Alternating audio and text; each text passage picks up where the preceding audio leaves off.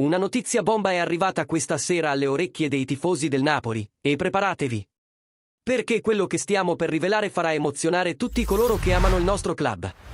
Come sempre, siamo qui per portarvi gli aggiornamenti più scottanti e rilevanti sul Napoli.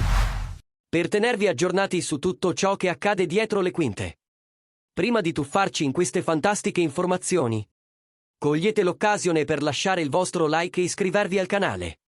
In questo modo, sarete sicuri di non perdere nessuna notizia sulla nostra squadra. Ora passiamo agli affari.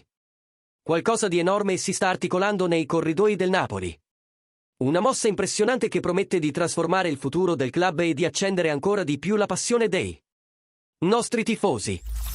Cosa c'è in serbo? Restate con noi, perché questo è solo l'inizio di una vera e propria svolta. Secondo Nicolò Ceccarini, il Napoli sta valutando il mercato dei trasferimenti con l'obiettivo di rafforzare il ruolo di terzino. La squadra di Antonio Conte, che ha dimostrato autorità nel campionato di Serie A, è alla ricerca di un centrale che possa alzare il livello del settore difensivo.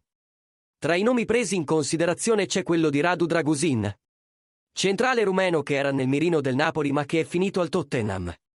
Il giocatore, che ha collezionato solo 5 presenze in questa stagione, vorrebbe trovare più spazio in campo e il Napoli potrebbe essere l'occasione giusta per farlo.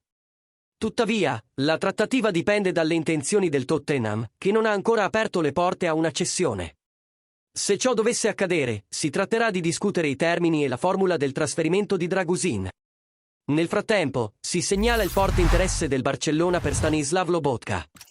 Il centrocampista è molto apprezzato dai catalani, ma il Napoli finora non ha intenzione di scambiarlo.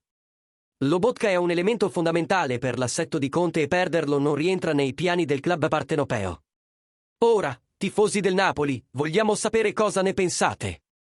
Dragusin sarebbe un buon acquisto per la difesa del Napoli. E per quanto riguarda Lobotka, il club partenopeo dovrebbe resistere all'interesse del Barcellona. Lasciate un commento qui sotto e partecipate a questa discussione sul futuro della nostra squadra e sui movimenti del mercato dei trasferimenti.